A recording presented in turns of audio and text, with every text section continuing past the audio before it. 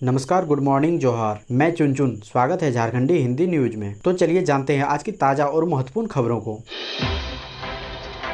आज की पहली और बड़ी खबर की बात करें तो सीएम हेमंत सोरेन बोले, सबके प्रयास से कोविड पर पाया काबू, अब सामान्य हो रही स्थिति। झारखंड के मुख्यमंत्री हेमंत सोरेन ने कहा है कि राज्य ने सबके सम्मिलित प्रयास से कोविड पर काबू पाने में कामयाबी पाई है, अब स्थिति सामान्य हो रही है। वे गुरुवार को मुख्यमंत्री आवास से मीडिया से मुखातिब थे। मुख्यमंत्री ने कहा कि पिछले 1.5 साल में वैश्विक महामारी के फैलाव से कोई भी अछूता नहीं रहा। पूरी दुनिया में उतार चढ़ाव देखने को मिला, आज भी संक्रमण प्रभावी है और वर्तमान स्थिति में कब क्या होगा यह कोई बता नहीं सकता। उन्होंने कहा कि झारखंड में बिना जन सहयोग के संक्रमण की विकट परिस्थिति से निपटना मुश्किल था। सरकार ने संकट के दौर से निपटने में अहम भूमिका निभाई। अगली बड़ी खबर की बात करें तो टोक्यो में देश का मान बढ़ाने वाली निक्की और सलीमा को रेलवे देगा तोहफा, जल्द बनेगी अफसर। टोक्यो ओलंपिक में बेहतर प्रदर्शन करने वाली भारतीय महिला हॉकी टीम की खिलाड़ी निक्की प्रधान एवं सलीमा टेटे रेलवे में अफसर बनेगी। दक्षिण पूर्व रेलवे जोन में दोनों को बेहतर जगह में नियुक्ति करने की योजना बनी है। बुधवार को CPRO नीरज कुमार ने यह जानकारी दी है। उन्होंने बताया, दोनों महिला हॉकी खिलाड़ियों को राजपत्रित कर्मचारियों का दर्जा मिलेगा। अभी दोनों हॉकी खिलाड़ी जोन के रांची रेल मंडल में कार्यरत हैं। रेलवे की योजना के अनुसार Salima Tete assistant commercial manager supports के पद पर नियुक्त की जाएगी, जो अभी वाणिज्य विभाग में टिकट एग्जामिनर के पद पर कार्यरत हैं। निक्की प्रधान को officer on special duty support के पद पर नियुक्त किया जाएगा। अगली बड़ी खबर की बात करें, नेशनल ग्रीन ट्रिब्यूनल के रोक के बावजूद खुंटी में जारी है अवैध बालू का उठाव। पुलिस ने कई गाड़ियों को किया जब्त। झारखंड के खुंटी जिला में नेशनल ग्रीन ट्रिब्यूनल के रोक के बावजूद अवैध बालू उठाव और अवैध उत्खनन लगातार जारी है। खनन विभाग द्वारा किसी प्रकार की कार्रवाई नहीं करने के कारण तस्कर धड़ल्ले से तस्करी कर रहे हैं। इससे न सिर्फ लाखों रुपए के राजस्व की हानि हो रही है, बल्कि पर्यावरण को भी नुकसान पहुँच रहा है। अवैध बालू उठाव और अवैध उत्खनन के खिलाफ खनन विभाग सुस्त नजर आता है। हालांकि जिला प्रशासन इसके प्रति गंभीर है। SDO सैयद रियाज अहमद के नेतृत्व में जिले के विभिन्न क्षेत्रों में बालू के उठाव और उत्खनन के खिलाफ छापेमारी अभियान चलाई गई, जिसमें कुल 5 हाईवा को जब्त किया गया है।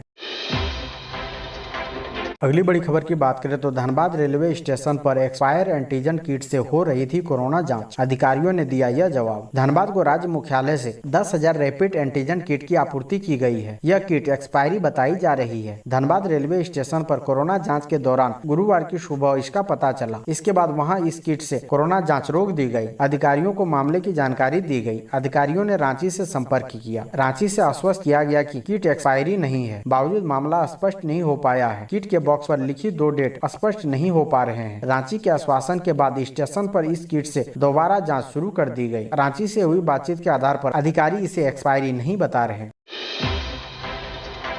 अगली बड़ी खबर की बात करें तो जमशेदपुर में महिला से गैंगरेप। घर से 500 मीटर दूर जंगल में ले जाकर 6 लोगों ने 30 वर्षीय महिला से बारी बारी से किया रेप, मोबाइल भी छीनकर भागे। जमशेदपुर में एक 30 वर्षीय महिला के साथ गैंगरेप हुआ है। 6 युवकों ने बारी बारी से आधी रात को महिला के साथ दुष्कर्म किया है। मामला MGM थाना के दलदली गाँव का है। घटना 11 अगस्त की रात की है। महिला ने अज्ञात 6 लोगों के खिलाफ केस दर्ज कराया है। महिला का आरोप है कि आरोपियों ने उसका मोबाइल भी छीन लिया। शुक्रवार को MGM अस्पताल में पुलिस ने पीड़िता का मेडिकल करवाया है, जिसमें रेप की पुष्टि हुई है। जानकारी के अनुसार 11 अगस्त की रात 11 बजे महिला घर से बाहर शौच के लिए निकली थी। इसी दौरान अज्ञात 6 लोग महिला को पकड़ उसके घर से करीब 500 मीटर दूर जंगल में ले गए। वहां बारी बारी से सभी आरोपियों ने महिला के साथ दुष्कर्म किया। घटना के बाद सभी आरोपी वहां से भाग निकले।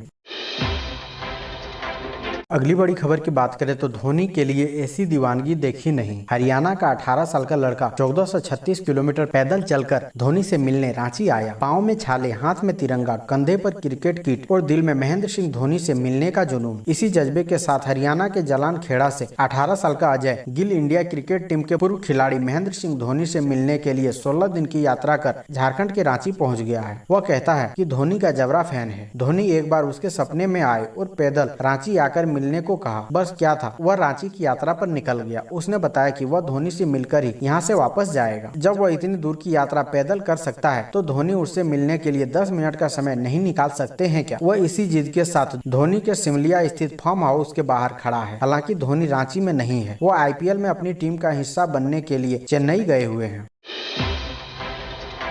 अगली बड़ी खबर की बात करें तो झारखंड में कोरोना की चुनौतियों के बीच मनरेगा से कितनी मजबूत हुई ग्रामीण अर्थव्यवस्था। 225 रुपए मिल रही मजदूरी। झारखंड में मनरेगा के जरिए रोजगार के नए अवसर सृजित हुए हैं। कोरोना की चुनौतियों के बीच भी मनरेगा ग्रामीण क्षेत्रों के श्रमिकों के लिए बड़ा सहारा बना है। वित्त वर्ष 2020-21 में 1176.1 लाख मानव दिवस का सृजन हुआ था, जबकि वर्तमान वित्त वर्ष 2021-22 में अब तक 489.82 लाख मानव दिवस का सृजन हुआ है। कोरोना के दौर में जब सभी कार्य बंद थे, तब इन विपरीत परिस्थितियों में भी ग्रामीण क्षेत्रों में मनरेगा के तहत श्रमिकों को रोजगार उपलब्ध कराया जा रहा था। राज्य सरकार ने मनरेगा मजदूरी की दर भी 194 रुपए से बढ़ाकर 225 रुपए प्रतिदिन कर दिया है। अगली बड़ी खबर की बात करें तो भारी वाहनों की ट्रेनिंग के लिए अब नहीं जाना पड़ेगा बाहर। हजारीबाग में खुला Jharkhand motor vehicle training school. Jharkhand के हजारीबाग जिले में शुक्रवार को Jharkhand motor vehicle training school का उद्घाटन किया गया। ये जिले के पहला ट्रेनिंग स्कूल है जहां दूसरे राज्यों के लोगों को भी भारी वाहनों का प्रशिक्षण दिया जाएगा। अब भारी वाहन के चालकों को ड्राइविंग ट्रेनिंग के लिए बाहर नहीं जाना पड़ेगा।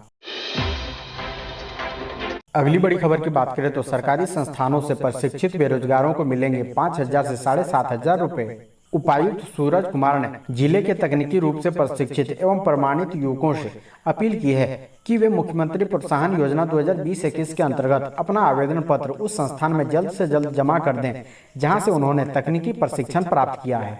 योजना से संबंधित योग्यता एवं पात्रता की चर्चा करते हुए कई बातों पर प्रकाश डाला गया। उन्होंने योग्य प्रशिक्षुओं से सरकार की इस कल्याणकारी योजना का लाभ उठाने की अपील की है। योग्य आवेदकों को योजना के अनुसार 5,000 रुपए एक वर्ष के लिए एक मुश्त दिए जाएंगे। प्रशिक्षित विधवा, आदिम जनजाति और दिव्यांगों को एक मुश्त 7,500 रुपए दिए जाएंगे।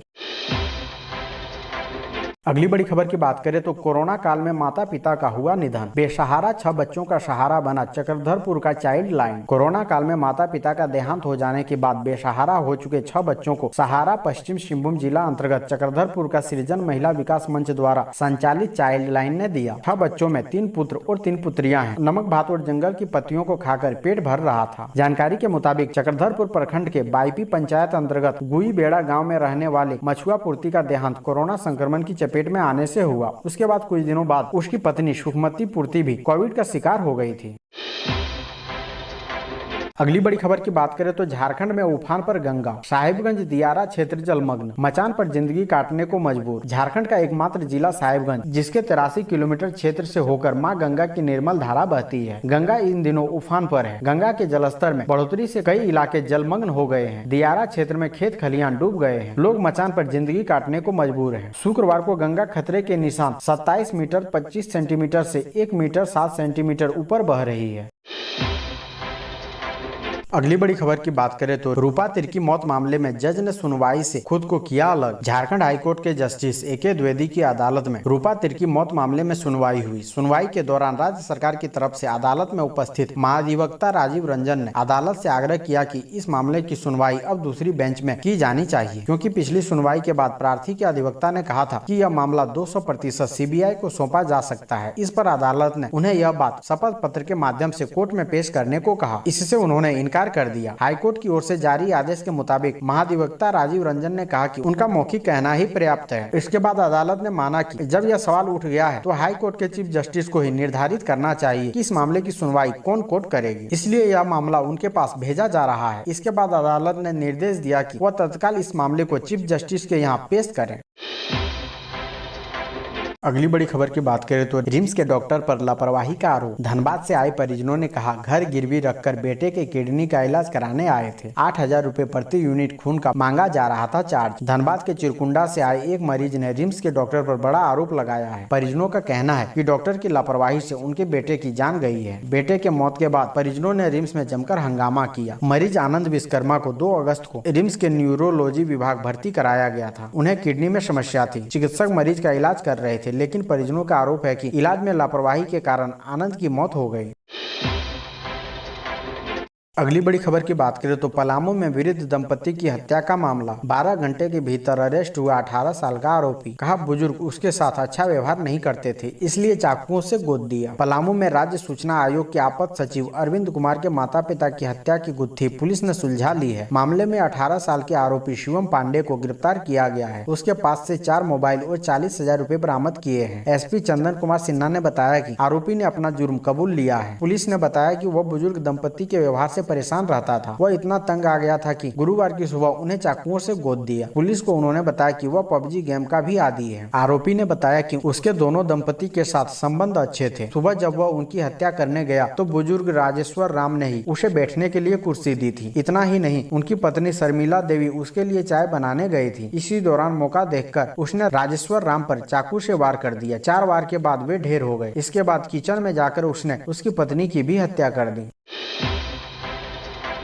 अगली बड़ी खबर की बात करें तो डिप्लोमा पास विद्यार्थियों के लिए अच्छी खबर। इंजीनियरिंग के तीसरे सेमेस्टर में ले सकते हैं सीधा दाखिला। झारखंड के सरकारी पीपीपी मोड पर संचालित तथा गैर सरकारी इंजीनियरिंग कॉलेजों में लेटरल एंट्री के माध्यम से होने वाले नामांकन के लिए प्रवेश परीक्षा सितंबर माह के दूसरे सप्ताह में आयोजित की जाएगी। इस प्रवेश परीक्षा में शामिल होने के लिए शनिवार 14 अगस्त से ऑनलाइन फॉर्म भरे जाएंगे। ऑनलाइन आवेदन की अंतिम तिथि 28 अगस्त है। इस प्रवेश परीक्षा में शामिल होने के लिए 45% अंकों के साथ डिप्लोमा या इतने ही अंकों के साथ बीएससी उत्तीर्ण होना अनिवार्य है।